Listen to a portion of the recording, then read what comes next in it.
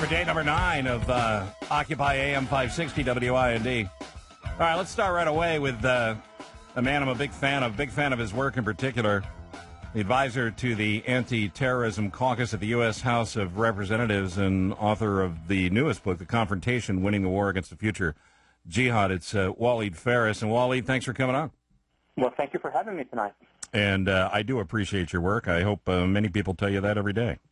Thank you very much for having me again. The Iranian problem got much worse this week with what we now know is an attempted assassination or a hoped-for attempt at an assassination of the Saudi ambassador, and we've seen little movement here. What are you hearing? What do we know? Well, first of all, there are so many questions. I'm sure in your programs with your listeners, you've raised a lot of questions about why is it that it was not that professional. How are we going to react to it? What is the position of the Saudis? The bottom line is to understand that the Iranian regime has been on the move for the last year and a half in an aggressive way in Iraq, in Lebanon with Hezbollah, in Syria, Eastern Arabia. The Saudis have been complaining about activities by the Iranian intelligence there, Bahrain, northern Yemen, and on and on and on. Now, this comes in the framework of a move by the Iranian regime not just to strike in Washington. That was not the ultimate goal.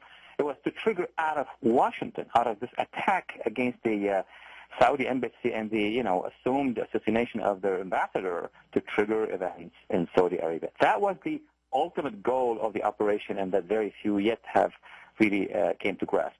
There's so many moving parts to this story, and obviously there's enough intelligence here to know this directly came from Iran. What are the chances that they will offer up someone at some point and claim it was a rogue element, not government-responsible element that did this? As outlandish as it sounds, it seems to fit the entire story, which we've said before sounds like a plot from 24. Yeah, exactly. I don't think the Iranian regime will behave as Gaddafi's regime behaved with Pan Am 107.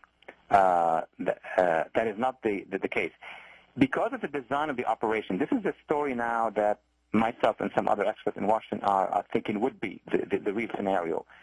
The reason for why the Paz Iran and Quds Force and the Department of Justice certified that this is a link, otherwise we wouldn't be going that direction, that the Iranian American who is now in custody had a link to the Iranian Revolutionary Guard, which is part of the regime, which is the regime. So the reason for why this agency, which has a lot of professional people, they have a lot of jihadi James Bond. They could do better than that. But the reason for why they went all the way to Mexico to subcontract not the entire cartel, but a piece of that cartel for $1.5 million, which is not that big for the cartel, right, to do the explosions is because they didn't want to sign it. Now we realize that initially the Iranian regime didn't want to sign that attack. They were caught because their guy has been intercepted by our agencies.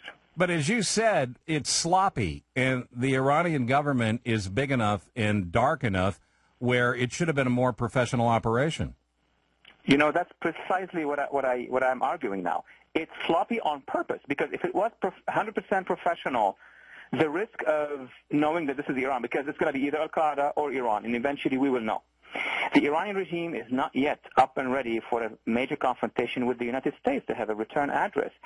So, as they have done in Lebanon with al-Hariri assassination, if you recall in 2005, with many assassinations in Iraq, they don't say it's the Iranians. They send some little, obscure group, and they would do it, and then they would claim that they can fix it. So, the possible thing that could have happened, and we have no way to certify that, is, had it been successful, let's suppose those Mexican networks were able to place those bombs, and they come to Washington, and they could do it.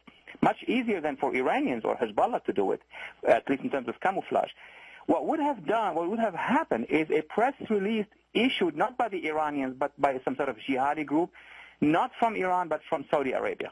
That's my take. I think that this was directed at the Saudi Arabians, and it would have been followed by uprisings in the eastern part of Saudi Arabia. Well, then to understand what you're saying here, and obviously I defer to your expertise, this is sort of like money laundering, but this is terrorism laundering. This is done by layers here.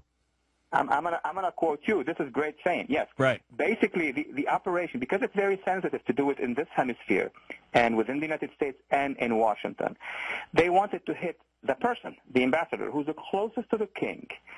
and the embassy, who is the most sensitive in Washington, so that the press release will come and say, this is a punishment to the Saudi monarchs who are, in cahoots with the Washington, D.C. and the United States, and we're calling now on our people to start operations in Saudi Arabia. How do we even go in that direction? Because the Saudis, for the last 3 weeks, have been saying the Iranians are up to something in Eastern Arabia.